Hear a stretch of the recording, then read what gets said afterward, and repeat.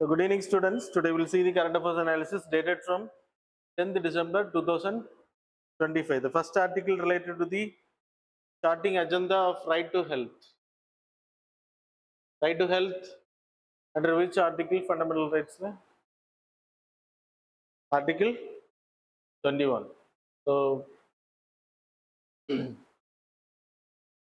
அப்புறம் இம்பார்ட்டண்டா இது நியூஸ்ல வந்ததுக்கான reason 11th and 12th we having the 12th is a universal health coverage day. 11th and 12th வந்து national convention for universal health coverage meeting வந்து டெல்லியில் நடக்குது. கிட்டத்தட்ட 400க்கு அதிகமான professionals from other countries, so important கண்ட்ரீஸ்லேருந்து participate பண்ணுறாங்க. So இதை பற்றி discuss பண்ணுவோம். யூனிவர்சல் ஹெல்த் கவரேஜை பற்றி அது ரிலேட்டடாக இந்த ஆர்டிகிள் வந்திருக்கு எடிட்டோரியல் பேஜில். ஸோ யூனிவர்சல் ஹெல்த் கவரேஜ் அப்படின்னா என்னது? So accessibility, adaptability and availability of health system for everyone. Universal means without any discrimination, everyone needs to get the access, availability, அப்புறம் affordability.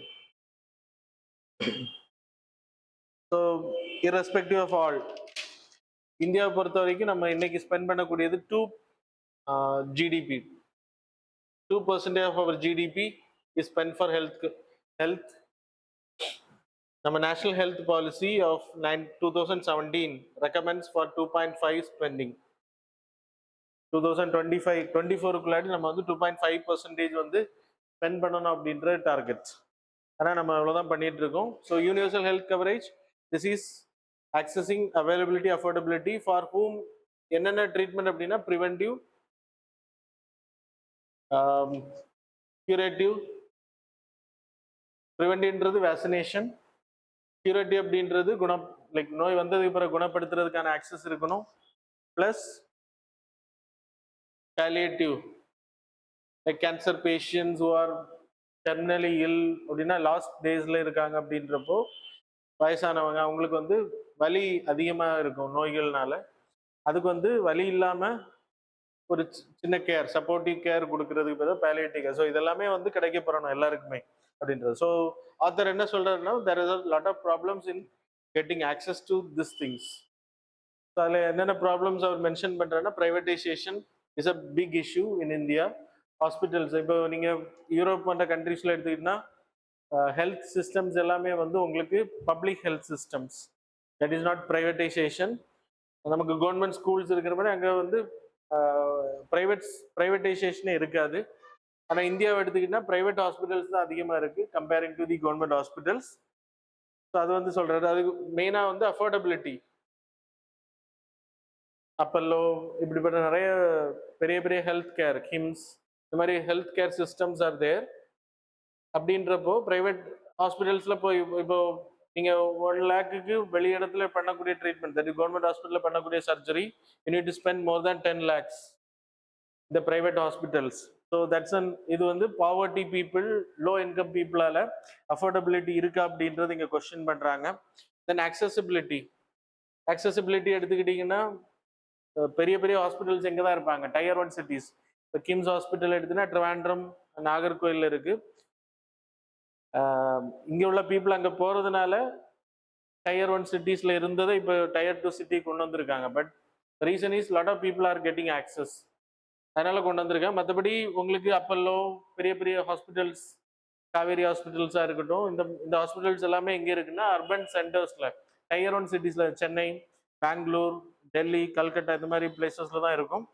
ஸோ இது ஒரு மிகப்பெரிய ப்ராப்ளம். ரீஜனல் டிஸ்பேரிட்டி, ரூரல் ஏரியாவில் தான் உங்களுக்கு hospitals facilities இருக்காது. லேக் ஆஃப் ரெகுலேஷன்ஸ், ஹாஸ்பிட்டல்ஸ் வந்து மெயினாக வந்து ரெகுலேஷன் இல்லாமல் இருப்பாங்க. தட் இஸ் இப்போ எக்ஸாம்பிள், ஹாஸ்பிட்டல் கரண்ட் பில் கட்டணும் அப்படின்னா பேஷண்ட்ஸ் தலை மேலே எக்ஸ்ட்ரா சார்ஜஸ் போடுவாங்க. எக்ஸாம்பிள் எடுத்துக்கிட்டிங்கன்னா, இப்போ நீங்கள் ஒரு ட்ரீட்மெண்ட் போகிறீங்க அப்படின்னா யூ வில் பி அட்மிட்டட். அதை அட்மிட் பண்ண வேண்டிய ட்ரீட்மெண்ட்டாகவே இருக்காது, ஆனால் ஃபோர்ஸ் பண்ணி அட்மிட் பண்ணிடுவாங்க. 2 நாள் உங்களை இந்த கேரில் வைக்கணும், ஐசியூவில் வைக்கணும் அப்படின்னு சொல்லிட்டு அட்மிட் பண்ணிடுவாங்க.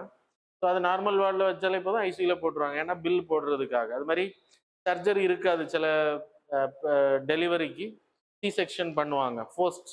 அதுக்கு ரீசன் என்ன அப்படின்னா மெயினாக இதான் ரீசன்.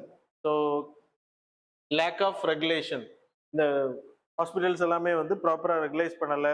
அது மாதிரி ஏஆர்டி கப்பிள்ஸ் வந்து லைக் இப்போ நிறைய பேர் வந்து குழந்தை தள்ளி போகுது, குழந்தை லைக் கன்சீவ் ஆகுறது தள்ளி போகுது அப்படின்னா hospitals will immediately respond, immediately force them to go for assisted reproductive technologies. இது வந்து ஒரு இன்னைக்கு ஒரு அட்வர்டைஸ்மெண்ட் பண்ணி அதை ஒரு லைக் என்ன சொல்றது, சைபர் கிரைம் மாதிரி டிப்ரைவ்டு பீப்புளை வந்து அவங்க அக்கௌண்ட்ல இருக்கக்கூடிய காசை கொள்ளையடிக்கிறதுக்கு அதை பே பண்ணுங்க இதை பே பண்ணுங்கன்னு சொல்லி எப்படி அவங்கள வலையில இழுத்து போடுறாங்களோ அதே மாதிரி தான் இதுவும் நடக்குது இன்னைக்கு. ஸோ அவங்க ஆல்ரெடி டிப்ரைவ்டு பாப்புலேஷன், அப்போ எப்படியாச்சும் குழந்தை பெற்றுக்கணும் அப்படின்ற ஒரு ஆசை இருக்கும். அப்போ அதை பயன்படுத்தி அந்த அந்த ஒரு தருணத்தை பயன்படுத்தி அதுல இருந்து காசை எடுக்கிறது. ஸோ அதில் லைக் அதுக்கு நார்மல் கன்சம்ஷனுக்கான வாய்ப்புகள் இருக்கும், ஆனால் அவங்க அதுக்கு விட மாட்டாங்க. சரியா? இந்த மாதிரி இதில் தான் வாய்ப்பு இருக்கு அப்படின்னு சொல்லி தப்பான கவுன்சிலிங் கொடுக்கறது. அப்புறம் inflated hospital bills. Hospital bills வந்து நீங்கள் ரூரலில் ட்ரீட்மெண்ட் பண்ணுறதுக்கும் அர்பன் ஏரியாவில் பண்ணுறதுக்கும் வித்தியாசம் இருக்கும். பில்ஸ் வந்து அதிகமாக போடும். Excessive hospitalisation and doctor pharmacy nexus, pharma nexus இருக்கும். அதன் மூலமாக என்ன பண்ணுவாங்க, இந்த மெடிசன் தான் வாங்கணும் அப்படின்னு சொல்லி ஸோ பேஷண்ட்ஸுக்கு விலை அதிகமான மெடிசின்ஸை வந்து இது பண்ணுவோம். Profit motive and ப்ரெடேட்டிவ் pricing. Pharma companies டாக்டர்ஸை வந்து டூருக்கெல்லாம் கூப்பிட்டு போகிறாங்க வெளிநாடுகளுக்கு. அந்த காஸ்டெல்லாம் எங்கே போடுவாங்க, உங்கள் மெடிசின் மேலே. அதெல்லாம் இல்லைன்னா உங்களுக்கு சீப்பாக வரும். சரியா? அப்போ doctors is also reason. Rule of health care professional. So இது ஒன்று ப்ரைவேட்டைசேஷனில் இருக்கக்கூடிய இஷ்யூ. செகண்ட் வந்து rule of health care professionals. நம்ம இந்தியாவில் இருக்கக்கூடிய ஹெல்த் கேர் ப்ரொஃபஷனல்ஸ் வந்து ப்ராப்பராக ட்ரெயின் பண்ணப்பட்ட அட்டாக் பை மாப்ஸ். ப்ராப்பராக ட்ரெயின் பண்ணப்படாத டாக்டர்ஸ் இருக்காங்க. இப்போ வெளிநாடுகளில் படிச்சுட்டு வராங்க, படித்து வந்ததுக்கு பிறகு இங்கே வந்து நெக்ஸ்ட் எக்ஸாம் ஒன்று வச்சுருக்காங்க, அதை எழுதணும். அது குவாலிஃபைட் ஆனால் தான் அவங்க தேர் licence to practice in India. But lot of hospitals, even globalised hospitals, that is multinational hospitals இருக்குல்ல, அதுல எல்லாம் ஒர்க் பண்ணுறாங்க வித் லெஸ் சேலரி. அவங்கள வந்து நம்ம அவங்க ப்ராப்பராக அங்கே ட்ரெயின் பண்ணப்பட்டாங்களான்ற செக் பண்ணுறது அந்த எக்ஸாம் வைக்கிறோம். ஆனால் அதுவும் கரெக்டாக அவங்க பண்ணுறது கிடையாது. நிறைய பேர் குவாலிஃபைட் ஆகாமல் ஒர்க் பண்ணுறாங்க, கிளினிக்ஸ் வச்சு நடத்துகிறாங்க. ஸோ இதெல்லாம் இஷ்யூஸ். டியூ ட்ரைனிங் ப்ராப்பர் கிடையாது. அப்புறம் அட்டாக் பை மாப். ஒரு சின்ன ஒரு எரர்ன்றது ஆக்சுவலாக டெத் கேன் ஹேப்பன் இல்லையா ஹாஸ்பிட்டல்ஸில். It's not in the hand of doctor. Doctor வந்து he is not a God to save every one. But அந்த மாதிரி எரர் இல்லை, நேச்சுரலாக டெத் நடக்கும்போதும் அது என்ன ஆகுதுன்னா கிராமங்களில் கலவரமாக மாறும். And it will create some attack on doctors. So doctors protection இல்லை, அது அவங்களுக்கு இருக்கக்கூடிய ப்ராப்ளம்னு சொல்லுது. Medical expenditure is very high. அதில் மெயினாக போஸ்ட் சர்ஜரி. இப்போ நீங்கள் பேஷண்ட்ஸ் வந்து ஹார்ட் சர்ஜரி முடிச்சுட்டு வராங்கன்னா அப்புறம் 1 month 2 month they need to take medicines. அது எல்லாமே ரொம்ப ஹை காஸ்ட்டாக இருக்கும். Out of pocket expenditure will be very high. 80% of the medicine prices are not cap, அப்படின்னா ரெகுலேட் பண்ணப்படலை ப்ராப்பராக அப்படின்னு சொல்லப்படுது. இது எல்லாமே எடிட்டோரியல் பேஜில் வந்து ஆர்டிகிள் தானே. ஜெனரிக் மெடிசின்ஸ் வந்து கவர்மெண்ட் ரெக்கமெண்ட் பண்ணணும், அதிகப்படுத்தணும் அப்படின்றது. லேக் ஆஃப் ஸ்பெண்டிங், கவர்மெண்ட் வந்து ஸ்பெண்ட் பண்ணலை. தேர்ட், ஜிடிபி நான் உங்களுக்கு முதல்ல சொன்னேன் 2% தான் ஸ்பெண்ட் பண்ணுறோம், 2.5% ஸ்பெண்டிங் பண்ணணும், ஆனால் அதில் கம்மி. அது மாதிரி 2000 out of pocket expenditure is very high. 47% இந்த நோயாளிகளின் கைகளிலிருந்து செலவு பண்ணப்படுது அப்படின்னு சொல்லப்படுது.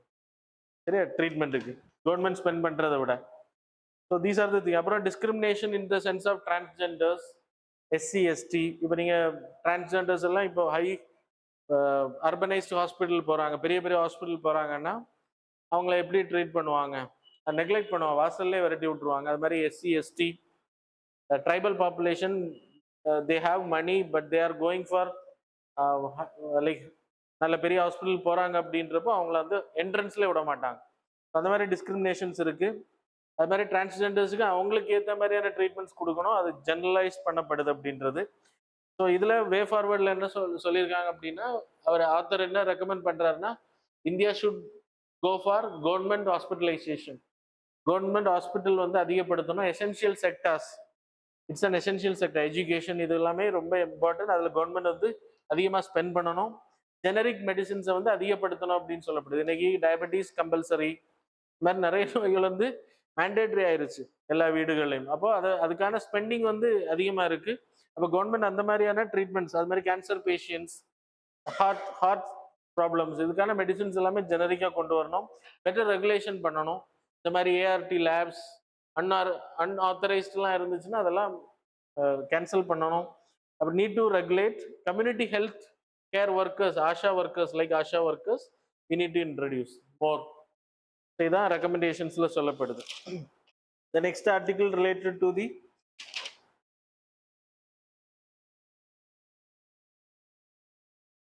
second, yeah, so இந்தியா மேல ட்ரம்ப் விதிக்கக்கூடிய வரி, ரைஸ் மேல இனிமே டாரிஃப் போடுவோம், இந்தியா வந்து ரைஸ் டம்பிங் பண்ணுது அப்படின்றது. But it won't affect as. அதான் இங்க ஆர்டிகிள். இது வந்து எந்த அளவுக்கு இந்தியாவை அஃபெக்ட் பண்ணோம்னா 0%. ஏன்னா இந்தியா எக்ஸ்போர்ட் பண்ணக்கூடியது அமெரிக்காவுக்கு 3.3%. அவங்களுக்கு இந்தியா அவங்க இம்போர்ட் பண்ற அளவுல மொத்த ரைஸ்ல 26% இந்தியாவோட ரைஸ். ஆனா நம்ம எக்ஸ்போர்ட் பண்றதுல மற்ற கண்ட்ரிஸ் எக்ஸ்போர்ட் பண்றதை கம்பேர் பண்ணும்போது அமெரிக்கா 3.3%. அதுவும் அவங்க இம்போர்ட் பண்றது எல்லாமே, நம்ம எக்ஸ்போர்ட் பண்றது, அவங்க இம்போர்ட் பண்ணக்கூடிய நம்மளோட ரைஸ் எல்லாமே high costly rice, that is basmati rice. நம்ம அதிகமாக யூஸ் பண்றது கிடையாது. ஸோ அதிகமாக மற்ற நாடுகளும் சவுதி அரேபியாலாம் கம்பேர் பண்ணும்போது யூஎஸ்ஏ வந்து 4வது இடத்துல இருக்கு. அதனால ரொம்ப கம்மி அப்படின்னு சொல்லப்படுது. அதனால இட் ஓன்ட் அஃபெக்ட் அப்படின்றது. யூஎஸோட இம்போர்ட் வந்து இந்தியாவோட ரைஸ் கேட்டகரி எடுத்துனா 26. ஸோ அவங்க டேரிஃப் போட்டாங்கன்னா அவங்கள தான் அஃபெக்ட் பண்ணும், நம்மளை அஃபெக்ட் பண்ணாது அப்படின்னு சொல்லியிருக்காங்க. ஸோ யூஎஸ்ஏ வந்து மொத்தம் அவங்க இம்போர்ட் பண்றது 7.5 மில்லியன் டன்ஸ். சாரி, அவங்க ப்ரொடியூஸ் பண்ணக்கூடிய 7.5 மில்லியன் டன்ஸ் அவங்க டொமஸ்டிக்கா ப்ரொடியூஸ் பண்றாங்க ரைஸ். இந்தியாவை எடுத்துனா 150 மில்லியன் டன்ஸ் வந்து நம்ம ஆனுவலா ப்ரொடியூஸ் பண்ணிட்டு இருக்கோம். அவங்க எக்ஸ்போர்ட் பண்றாங்க மற்ற கண்ட்ரிஸுக்கு 3 மில்லியன் டன்ஸ். 7.5 மில்லியன் டன்ஸ் வந்து உற்பத்தி பண்றாங்க, எக்ஸ்போர்ட் பண்றது 3.3 மில்லியன் டன்ஸ். அவங்க இம்போர்ட் பண்றது 1.6 மில்லியன் டன்ஸ். ஸோ கம்மியாக தான் பண்றாங்க அப்படின்றதும் இந்த ஆர்டிக்கிள் எக்ஸ்பிளைன் பண்ணுது. அது மாதிரி இந்தியாவிலேருந்து அவங்க இறக்குமதி பண்ணக்கூடியது, அவங்க நம்ம ஏற்றுமதி பண்ணக்கூடிய யூஎஸ்க்கு பாஸ்மதி ஹை கிரேட் ரைஸ், அதோட காஸ்ட் எடுத்தீங்கன்னா $900. புரோக்கன் ரைஸ் நம்ம யூஸ் பண்ணக்கூடிய ரைசஸ் $560 $675 அப்படின்னு சொல்லப்படுது பெர் 100 kg. நான் சொல்றது பாஸ்மதி ரைஸ் நம்ம வேற கண்ட்ரிஸ் எதெல்லாம் அதிகமாக பண்றோம்னா Saudi Arabia, Iraq, Iran, UAE, அதுக்கு பிறகு தான் யூஎஸ் வருது.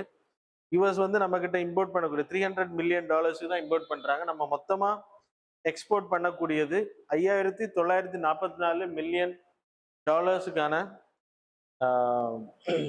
ரைஸ் வந்து எக்ஸ்போர்ட் பண்றோம் மற்ற கண்ட்ரிஸ். அப்போ யூஎஸ் வந்து வெறும் $300 தான் நம்மகிட்ட, $300 மில்லியன் தான் நம்மகிட்ட இம்போர்ட்டே பண்றாங்க. So very less. நான் பாஸ்மதி அதிகமாக நம்ம ஏற்றுமதி பண்ணக்கூடிய நாடுகள், நீங்க அதை தான் படிக்கணும். US is not a matter year.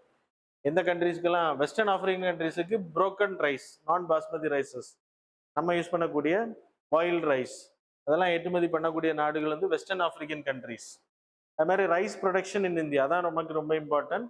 23 to 24% cross craft ஏரியாவில் நம்ம ரைஸ் கல்டிவேஷன் பண்ணுறோம். டிஸ்பிளே த பிடிஎஃப். ஓகே, ப்ரொடக்ஷன் எடுத்துக்கிட்டிங்கன்னா 135 150 மில்லியன், இங்கே 138 போட்டிருக்காங்க. 150 மில்லியன் டன்ஸுக்கு நம்ம வந்து ப்ரொடக்ஷன் பண்ணுறோம் இன்னைக்கு ஆனுவலாக. ஈல்டு எடுத்துன்னா 3.9 4.1% of the hectare. Kharif crop அதிகமாக பண்ணப்படுது. நமக்கு ரெண்டுமே அதுதான், kharif and rabi crop. Basmati Punjab, Haryana, western UP, UK, it was there, கீழே இருக்கும். Western UP, UK, Uttarakhand, United Kingdom, Jammu and Kashmir, இந்த ஸ்டேட்ஸ்ல வந்து நம்ம அதிகமாக பாஸ்மதி உற்பத்தி பண்றோம். அதுதான் அவங்க தான் ஏற்றுமதி பண்றாங்க. அது மாதிரி ரைஸ்ல அதிகமாக ப்ரொடியூஸ் பண்ணக்கூடிய ஸ்டேட்ஸ் வந்து West Bengal first, UP second, Punjab, Andhra Pradesh இல்லாமல் மோஸ்ட்லி எக்ஸ்போர்ட் தான் பண்றாங்க. தெலுங்கானா அண்ட் தமிழ்நாடு எல்லாம் அதுக்கு பிறகுதான் வருது. சரியா? அப்புறம் rice export commodity by valuable is higher. 5944 million டாலர்ஸுக்கான அமௌண்ட் நம்ம வந்து எக்ஸ்போர்ட் பண்றோம் டோட்டலா. ஸோ தீஸ் ஆர் இதுல நீங்க படிக்க வேண்டியது US is not a matter, rice பாக்ஸ்ல இருக்கிறது ரொம்ப இம்பார்ட்டன்ட், அதை படிச்சுக்கோங்க. சரியா? So the next article related to தி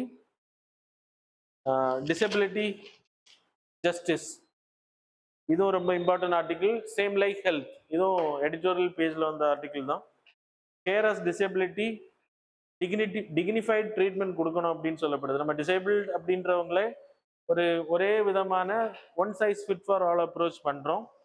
அதில் மெயினாக எடுத்துக்கிட்டிங்கன்னா நம்ம டெஃபிசிட் ஆர் பேத்தலாஜிக்கல் டிசீஸ் அடிப்படையில் அவங்கள ட்ரீட் பண்ணுறோம். நம்ம காசஸ் எடுத்துன்னா economical and political cultural problems are there. Economical, political and cultural problems are there. அந்த அடிப்படையில் நம்ம ட்ரீட்மெண்ட் பண்ணுறது கிடையாது. ஒரு சோஷியோ கல்ச்சரல் கேட்டகரியில் நம்ம ட்ரீட்மெண்ட் பண்ணுறோம். ஸோ நார்மலாகவே ஒரு மெடிகேஷன் பண்ணுறோம், இல்லைன்னா ஸ்டாண்டர்டைஸ் தெரபெட்டிக் மெஷர்ஸ், எல்லாருக்குமே ஒரே ஃபிட் அப்ரோச் நம்ம பண்ணுறோம் அப்படின்றது. இந்தியாவை எடுத்துக்கிட்டிங்கன்னா we having suicide is also part of national health பில்லை பொறுத்த வரைக்கும், நேஷனல் ஹெல்த் மென்டல் ஹெல்த் ஆக்டை பொறுத்த வரைக்கும் சூசைட் பண்ணுறவங்களும் மென்டலி அஃபெக்டட், மென்டலின்னா மென்டல் ஹெல்த் வந்து பாதிக்கப்பட்டவங்க, they are not mental disorder people. So stressed ஆனவங்க அப்படின்னு சொல்லப்படுது. இந்தியாவை எடுத்துன என்சிஆர்பி டேட்டா படி 33% suicides happening because of family problems அப்படின்னு சொல்லப்படுது. 10% relation to break down in family relationship, அதில் 4.8% மேரேஜ், 4.6% லவ். அன்எம்ப்ளாய்மெண்ட் வந்து 2.6%. ட்ரக் அடிக்ட்ஸ்னால பாதிக்கப்பட்ட 18.4%. பேங்க்ரப்சி, கடனால பாதிக்கப்பட்டு சூசைட் பண்ணுறோம் 3.3%.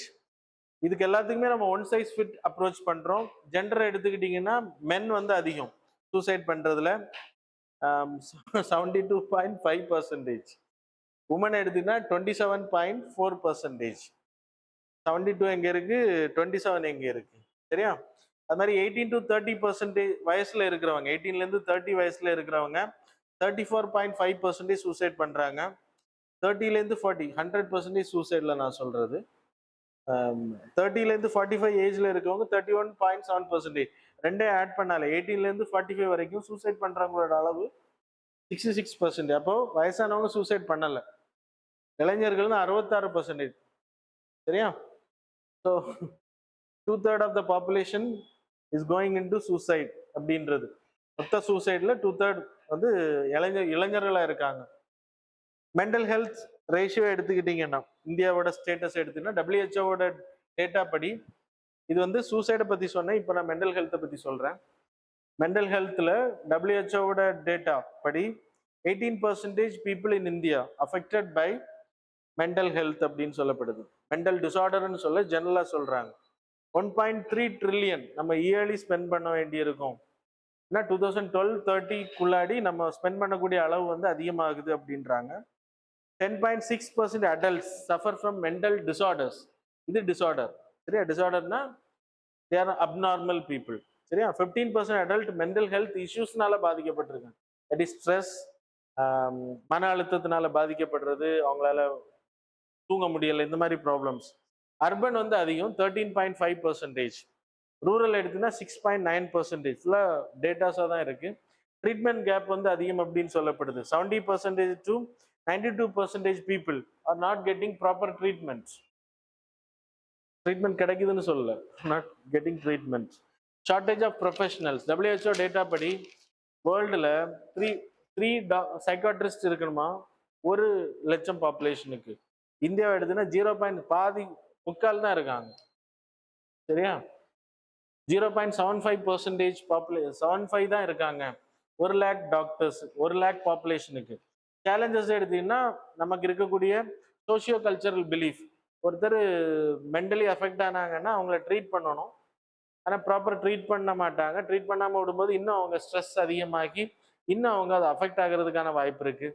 மெயினாக நமக்கு இருக்கக்கூடிய ப்ராக்டிஸ்னா சூப்பர்ஸ்டிஷியஸ் பிலீஃப், மென்டல் அஃபெக்ட் ஆனால் ஏதாவது பேய் பிடிச்சிருச்சு அப்படின்ற ஒரு தாட் இருக்கு.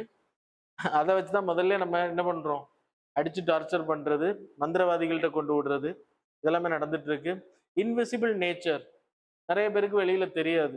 நம்ம கை ஃப்ராக்சர் ஆனா தெரியும், உடம்புல டேமேஜ் இருந்தா தெரியும், ஆனால் மென்டல் அஃபெக்ட் ஆனால் முதல்ல தெரியாது. ரொம்ப நாள் கழிச்சு தான் ஐடென்டிஃபை பண்ணுவாங்க அவங்க அன்சவுண்ட் மைண்டா பேசுறது எல்லாமே.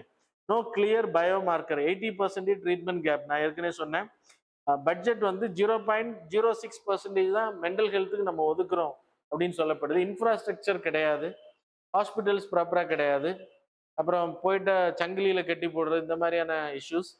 சொந்த குழந்தைங்களை அப்படி போடுறத விரும்ப மாட்டாங்க, அதனால வீட்டிலே வச்சிருப்பாங்க ட்ரீட்மெண்ட் பண்ணாம. பெட் கிடையாது. ஸோ இதெல்லாமே இஷ்யூஸா சொல்லப்படுது. ஸோ இந்தியா என்ன கவர்மெண்ட் என்னெல்லாம் இனிஷியேட்டிவ் பண்ணியிருக்காங்கன்னா, டெலிமனாஸ் ஸ்கீம், 24x7 ஹெல்ப்லைன் நம்பர், அது மாதிரி கிரண்னு ஒரு ஹெல்ப்லைன் நம்பர் இருக்கு. ஆயுஷ்மான் ஆரோக்கிய மந்திர் சென்ட்ரல் மூலமா ட்ரீட்மெண்ட் பண்றாங்க இந்திய லெவலில். வே ஃபார்வர்டில் 5லேருந்து 18% பட்ஜெட்ல மென்டல் ஹெல்த்துக்கும் பண்ணணும் அப்படின்னு சொல்லப்படுது. ட்ரெயின் சென்சிட்டைஸ்ட் பீப்புள், சொசைட்டியை வந்து சென்சிட்டைஸ் பண்ணணும், ஏன்னா அவங்க வந்து மூட நம்பிக்கை நினைக்கிறாங்க. அப்புறம் same access to safe effective care, digital divide அதிகமாக இருக்கு. இதெல்லாமே மென்டல் ஹெல்த்தோட வே ஃபார்வர்டில் நீங்கள் எழுதிக்கலாம். The next article related to தி சூரிய Kiran exercise.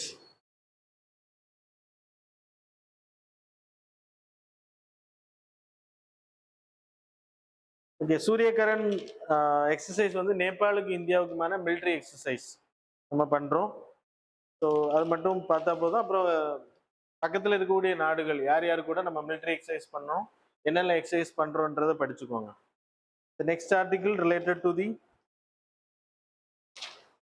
final article, removal of High Court judge. So the image இருக்குல்ல அதை காமிச்சு. So the image. So High Court இப்போ சுவாமிநாதன் இப்போ தெரியுதா, நம்ம இப்போ ரீசெண்டாக திருப்பரங்குன்ற இஷ்யூல ஜட்ஜ்மெண்ட் கொடுத்தார் இல்லையா, அவர் வந்து இம்பார்ஷியலாக இருக்காரு நிறைய விஷயத்துல. இதுல மட்டும் இல்லை, செக்குலரிசம் அவர் ஃபாலோ பண்ணலை அப்படின்னு சொல்லி 107 எம்பிக்கள் வந்து அவர் மேல அவரை ரிமூவ் பண்ணணும் அப்படின்னு சொல்லிட்டு எழுதி கொடுத்துருக்காங்க. இனி ஸ்பீக்கர் கையில தான் இருக்கு. Presiding officer need to accept it. Mostly accept பண்ண மாட்டாங்க, ஏன்னா ஆளுங்கட்சி எம்பிக்கள் கொடுத்தது, எதிர்கட்சி எம்பிக்கள். ஆல்ரெடி ஒரு ரிமூவல் ப்ராசஸ் நிலுவையில் இருக்கு, தெரியும்ல. ஓகே, ஸோ ஜட்ஜஸ் எப்படி ரிமூவ் பண்றாங்க, சுப்ரீம் கோர்ட் ஜட்ஜஸாக இருக்கட்டும், ஹை கோர்ட் ஜட்ஜஸாக இருக்கட்டும், அவங்க கான்ஸ்டியூஷனை வயலேட் பண்றாங்க, மிஸ்பிஹேவியர், இன்கெப்பாசிட்டி இது இருக்கு அப்படின்னா அவங்கள வந்து ரிமூவ் பண்ணலாம். வென் தே ஆர் ஆக்டிங் இம்பார்ஷியலாக இருக்கணும், பார்ஷியாலிட்டியாக இருக்கக்கூடாது. அவர் இம்பார்ஷியலாக இல்லை, செக்குலராக இல்லை அப்படின்றதான் கம்ப்ளைண்ட் சொல்லப்படுது. ஸோ இனிஷியேட் பண்ணணும் அப்படின்னா 100 மெம்பர்ஸ் இன் லோக்சபா எம்பி பார்லிமெண்ட்ல தான் பண்ண முடியும். எய்தர் ஹவுஸ்ல பண்ணலாம். 100 மெம்பர்ஸ் சப்போர்ட் ரைட்டிங்ல எழுதி கொடுக்கணும். லோக்சபால, ராஜ்யசபான்னா 15 மெம்பர்ஸ் சப்போர்ட். அப்புறம் அதை இனிஷியேட் பண்றது ப்ரெசைடிங் ஆஃபீஸர் அக்செப்ட் பண்ணா he or he will form a committee, 3 members committee. There will be Supreme Court judge, Chief Justice of High Court, அப்புறம் டிஸ்டிங்விஷ்ட் ஜூரிஸ்ட். இந்த 3 மெம்பர் கமிட்டி ஃபார்ம் பண்ணப்படும். அவங்க வந்து இதை என்கொயரி பண்ணுவாங்க. என்கொயரி பண்ணி அவங்க ஒரு ரிப்போர்ட் சப்மிட் பண்ணுவாங்க. அந்த ரிப்போர்ட்ல மிஸ்பிஹேவியர் இருந்துச்சு அப்படின்னா தென் இனிஷியேட் பண்ண ஹவுஸ்ல 2/3 majority present in voting displayed. Half of the members மேலே இருக்கணும், 2/3 பிரசன்ட் இன் voting. இந்த ஓட்டிங் வந்து ஹாஃப் ஆஃப் த மெம்பருக்கு மேலே இருக்கணும் ஓட்டிங் எண்ணிக்கை. அப்படின்னா it will be called as passed and then it will go to the second house. செகண்ட் ஹவுஸ்ல இதே ப்ரொசீஜர்ல பாஸ் ஆகணும். Then president signature, so he will be stands removed. This the procedure for Supreme Court judge as well as high court judge. சரியா? So that's all. இப்போ அவர் மேலே actions எடுத்திருக்காங்க, அது போகுமா அப்படின்றதெல்லாம் we need to wait and see. So that's about the articles. Now we will move on to the MCQs. Question number 1. So with reference to the current account, consider the following statements. Statement number 1, its deficit can reflect strong domestic demand and investment opportunities. Statement number 2, a country can maintain or even grow reserves if capital flows exceeds the current account deficit. Which of the statements given above is are correct? Options are A, 1 only, B, 2 only, C, both, D, neither. Question number 2, with reference to the International Big Cat Alliance, consider the following statements. Statement number 1, it was launched by India 2023 for conservation of 7 major big cat species.